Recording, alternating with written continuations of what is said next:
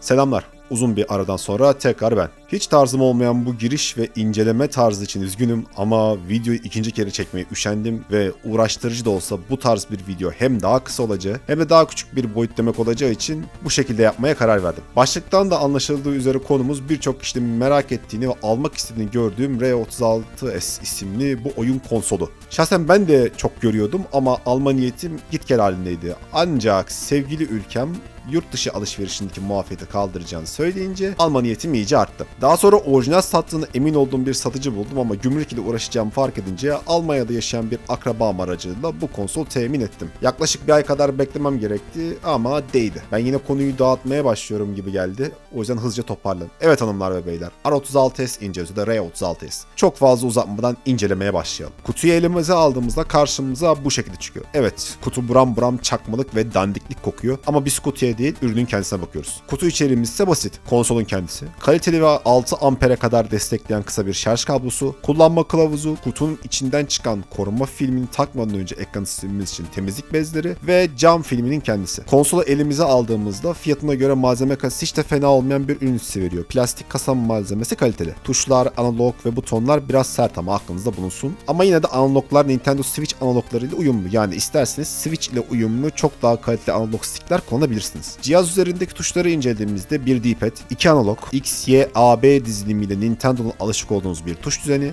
FN, Select, Start butonları, arkada 4 tane shoulder buton, sağda ses açma ve kısma butonları, solda ise güç ve uyku modunu sağlayan tuş ve reset butonu var. Aynı zamanda cihazda 2 adet hafıza kartı girişi olduğunu da görüyorsunuz. Alt tarafta ise bizi 2 tane Type-C yuvası ve bir kulaklık girişi karşılıyor. DC yazan giriş güç ve şarj için kullanılırken OTG yazan ise eğer işletim sistemi destekliyorsa cihazı bilgisayara bağlamak, dosya aktarmak ve USB Wi-Fi adaptörlerini kullanmak için kullanılıyor. Bunu aklınızda tutarken size iyi şanslar. Konsol tasarlayan abilerimiz bariz bir şekilde Game Boy'dan esinlenmiş ve ben bu dizayn tercihini oldukça beğendim. Retro görüntüye sahip şeyleri severim ve bu konsolu yapanlar Game Boy'un o ikonik dizaynını fazla bozmadan geliştirmiş. Saygı duyduğum bir konu bu. Peki bu şirin yaramazın içinde neler var? Yani donanım neler derseniz hemen bakalım. Konsolun kalbinde 4 çekirdekli Rockchip RK3326 isminde 64 bit bir işlemci var. 2 adet 512 MB, toplamda ise 1 GB boyuta sahip LPDDR3 RAM bulunuyor ve gördüğünüz üzere içerisinde dahili bir depolama birimi yok. Sağdaki hafıza kartı girişine takacağımız hafıza kartıyla işletim sistemini kurup çalıştırıyoruz. Bazılarınız kapağı açtığımda gördüm muhtemelen ama yine de söyleyeyim. Cihazın üzerinde bir titreşim motoru, Wi-Fi modülü eklemek üzere boş bir alan bulunuyor. Lehimleme bilginiz varsa cihazınıza bunlardan takabilirsiniz. Ben bu riski almak istemediğim ve elimde ince işler için lehim araçları henüz bulunmadığı için OTG yoluna başvuracağım. Neyse, cihazın içerisinde 3500 mAh'lik lityum polimer bir pil bulunuyor. Bu pil kullanım şeklinize bağlı olarak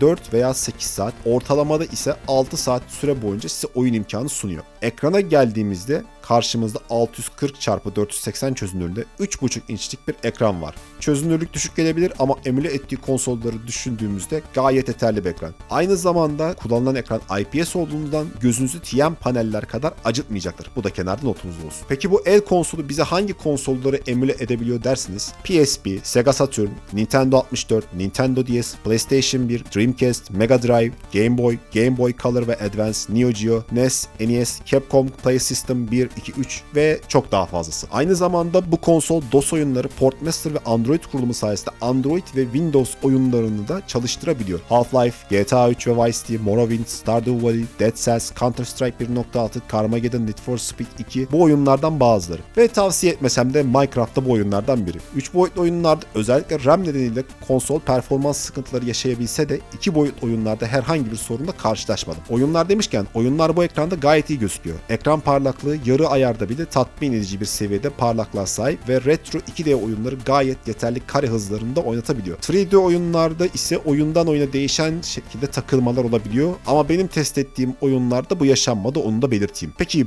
bunlar dışında biz bu konsolda neler yapabiliriz diyorsanız yapabileceğiniz şeyler şunlar. Mesela animelerinizi atıp izleyebilirsiniz. Müziklerinizi içine atıp MP3 çalar gibi kullanabilirsiniz. İçine Linux kurup çalıştırabilirsiniz. Ne yapabileceğinizin sınırı birazcık size kalıyor. Gelelim bilmeniz gerekenlere. İlk olarak Türkiye'de ve yurt dışında bu konsolun klonları bol miktarda var. Sizin için birkaç klon ve orijinal cihazı ekrana koyacağım ve karşılaştırma kolaylığı için wiki sayfasını vereceğim. Bakmanız sizin yararınıza olabilir. İkinci olarak cihazınızda gelecek hafıza kartı bozulmaya meyilli. Onu kaliteli bir hafıza kartı değiştirin. Bu dediğim TFOS girişi için geçerli. TF2 yuvası ciddi anlamda kart seçiyor ama merak etmeyin, uygun kartların listesini videonun burasında ekledim. Ayrıca Wi-Fi bağlantısını OTG üzerinden yapmak isteyen olursa Türkiye'de en fiyat performans ürün bu olacaktır. Bu bir sponsorluk değil bu arada. Ürünü kendim aldım ve aldığım linki işine yarayan olursa diye aşağıya bıraktım. Peki Click Adam bunu öneriyor mu dersiniz? Evet efendim. Click Adam bu ürünü eğer orijinal bulabilirseniz öneriyor. Gayet eğlenceli ve vakit geçirmek için birebir bir cihaz. Çok daha iyi alternatifleri var elbette ama fiyat performans olarak bu cihaz gayet iyi ve parasının hakkını sonuna kadar veriyor.